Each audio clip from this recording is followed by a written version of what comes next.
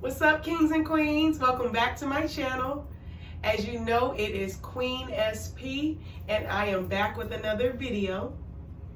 Today we will be discussing Journaling 101. Why is journaling so important? Why should you do it? If you'd be interested in finding out more, keep watching.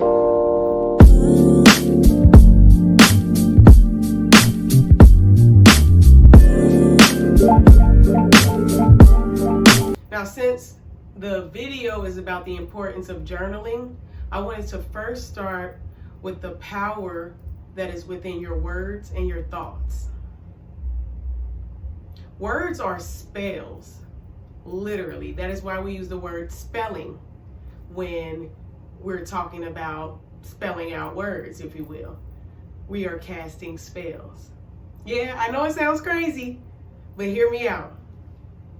Everything you think or say will manifest or create your reality.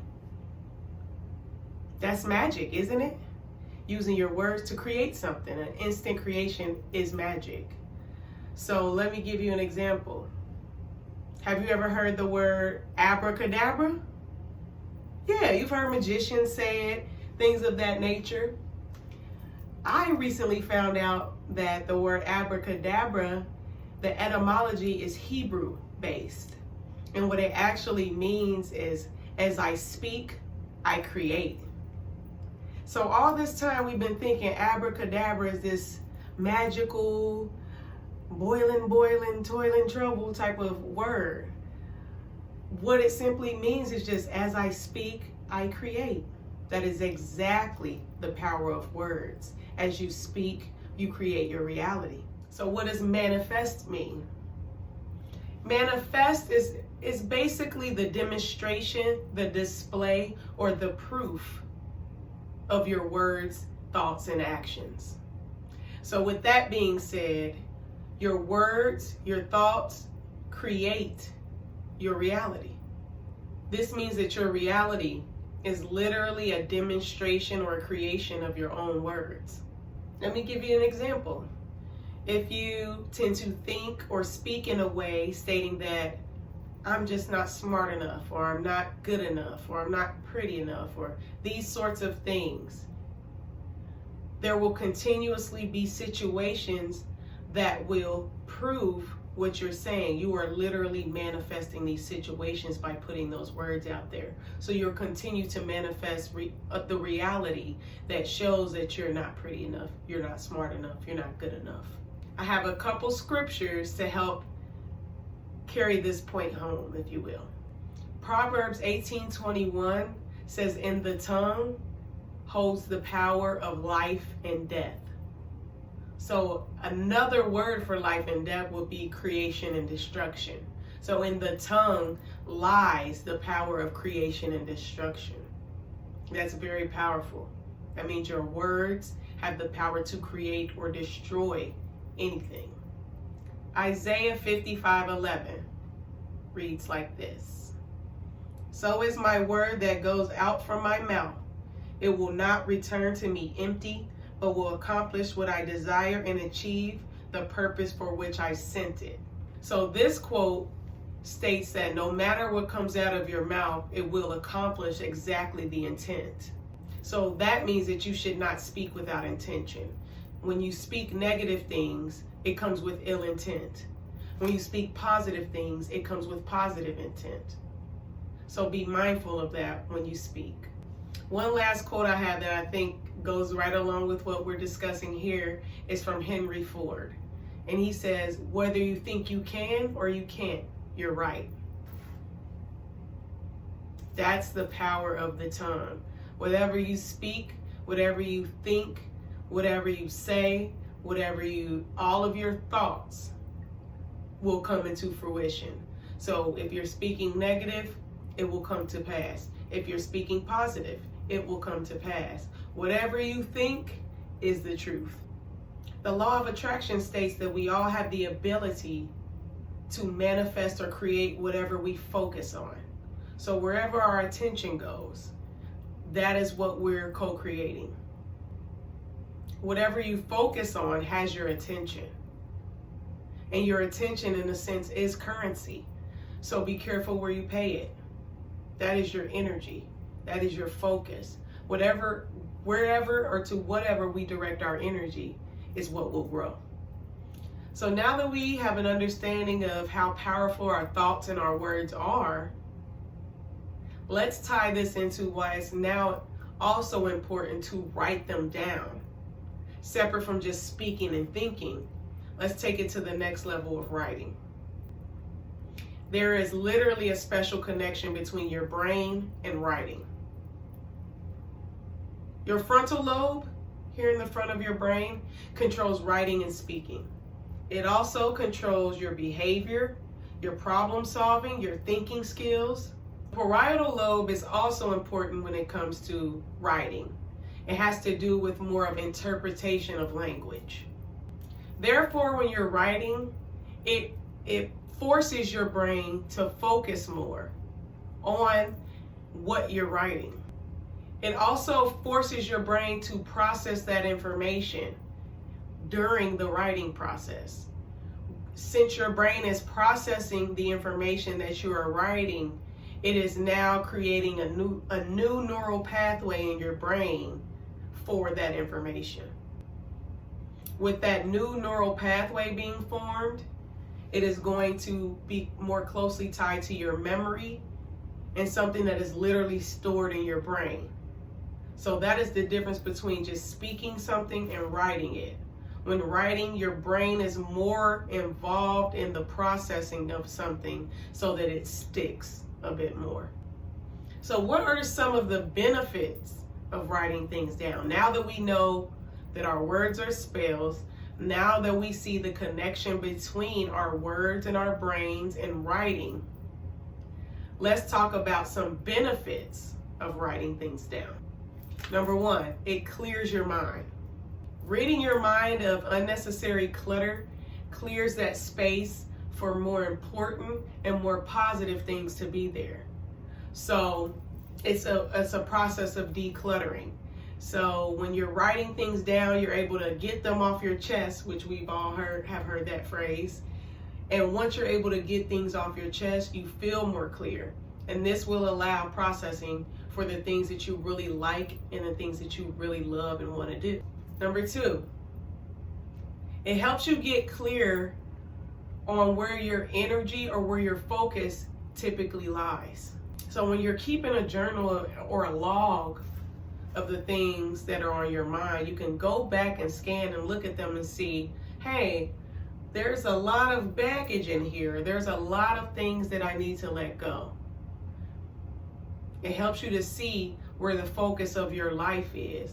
And then you're able to examine that to see if that is really where you want your focus to lie.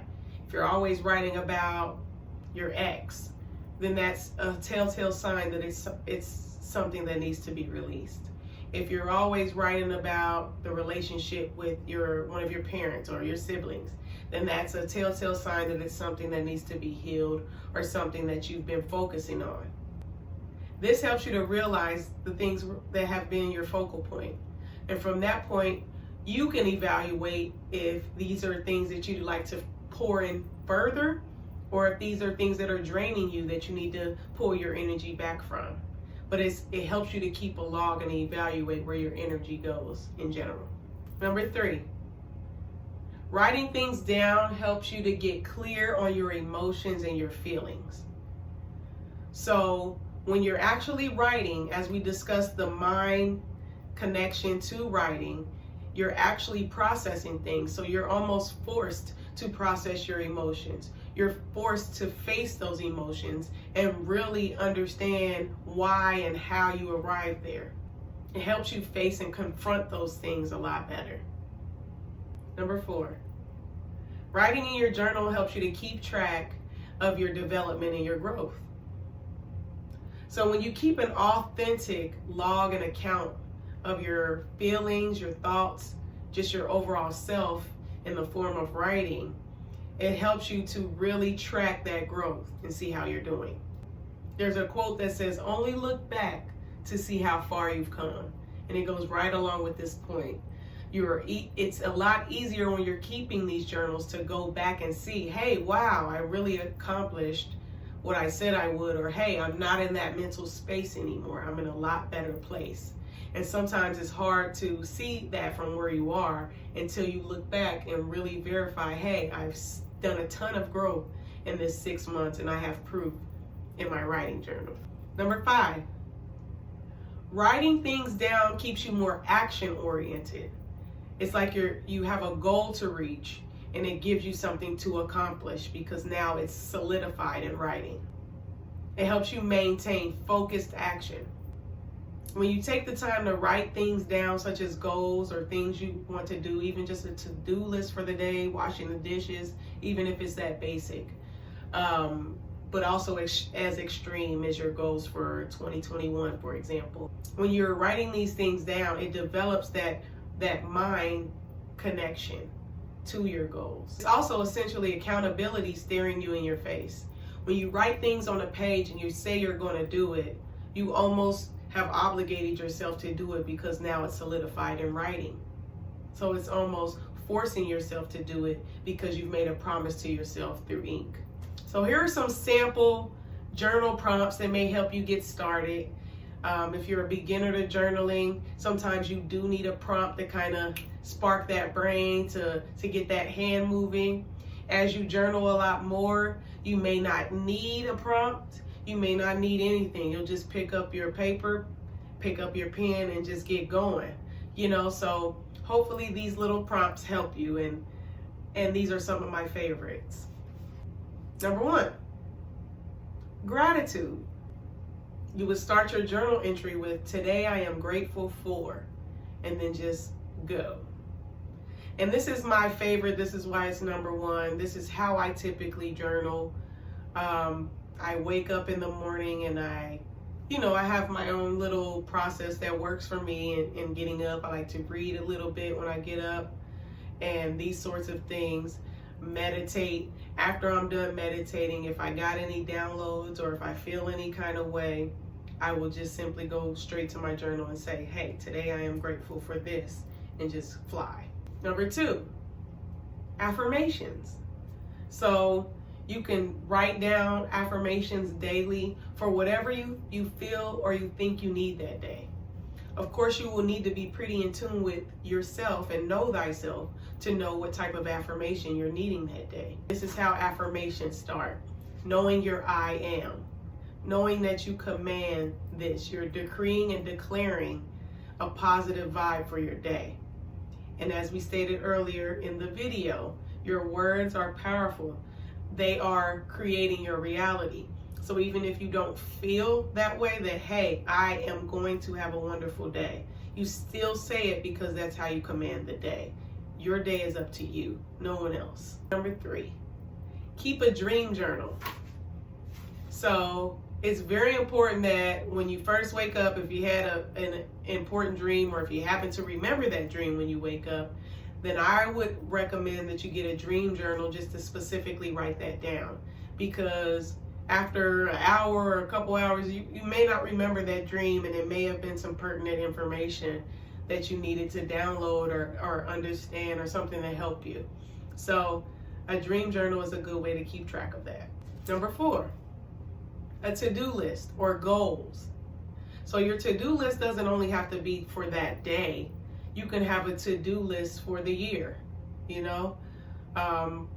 can have a to-do list for anything, for one specific thing in your life, one aspect. But these are literally goals. So even if it is just for today, if you're saying, hey, today I want to make sure that I clean this house thoroughly, and I'm going to sweep, vacuum, whatever the case may be, this is a list. And it helps to write those down and check them off so you can make sure and ensure you're doing everything that you set out to do that day, or do everything you set out to do that year. Number 5, simply how you're feeling that day. Sometimes that's an easy way to approach journaling. Hey, today I feel upset because this, and this. Get those feelings out, release those emotions, get that clutter out of you. It is very helpful and it is very therapeutic. Number 6, write down what is bothering you or what your fears are. And these can change on a day-to-day basis, but you're keeping track of this so that you are aware of what's bothering you so you can make those necessary changes. But writing down something that's bothering you it goes right back into where we talked about releasing those emotions and clearing the clutter. Number 7, write down your strengths and or weaknesses. I think this is a very important journal prompt because it helps you really go in and do some introspection. You really have to face yourself when you're trying to write down what you fear or even what you love, what you think you're good at, what you think you're bad at. Either way, this requires thorough introspection. So I believe thorough introspection is very important. It's not necessarily something you will do every day, write down your strengths and weaknesses, but remember, these are just examples of prompts to get your hand going. Number 8, write down things you just want to release. And again, this just takes you really deep into that introspection that you need to do to grow and to live and to get to the real you. Write down those things that you want to release. It may open up your eyes. Number 9, last but not least, what you want to manifest. And this is actually kind of similar to the to-do list or the goals. The only difference I see here is that you can manifest things that are not to do or goals to set. You may want to manifest inner peace. That's not exactly something to do. It is something that happens, that you want to manifest, something that will take constant work. So writing down things you want to manifest is a little different than just your to-do list or your goals for a specific time period. Both have their place, both are important. So journaling has really been a great thing for me personally. I don't journal every day, but I do keep a journal for when I feel just compelled to. And in some of those situations that I mentioned, if I had a dream that I really want to document, if I'm just very grateful for something that day, or if my heart is heavy for a reason for that day, I will jot these things down. So it's not a job. You don't want to turn your journal into, oh, well, let me just get something to write today. It's the morning and I got a journal today. It kind of takes the fun out of it and the authenticity out of it. So I never like things to feel like a job or like I'm forced to do it. So that is why it's not something I do every day, but it is still something I enjoy enough to do multiple times per week when I have something to say. My favorite is gratitude, because I believe that when you can write what you're grateful for on a daily basis or a couple times a week, it really puts things in perspective for you.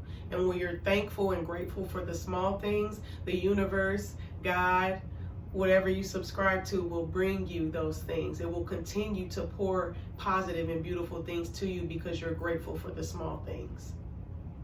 And likewise, if you find or you feel that you don't have anything to be grateful for, keeping a gratitude journal will really hold you accountable that there's always something to be grateful for, even if it's just your breath that day. Here's an example of my journal that I like. It says Daydreamer. It's kind of like almost like leather bound. It has like the little ribbon to keep your place, which I like. It has tons of pages. I keep this one specifically kind of just for my YouTube blog, but it's just an example for you guys. With that, I hope that you guys enjoyed this video. I hope it was informative. I hope it was helpful to get you to see some of the importance of journaling, the importance of your words, the way you speak, how that influences your reality. All of this is important. So let me know what you guys think about this video. And until then, peace out.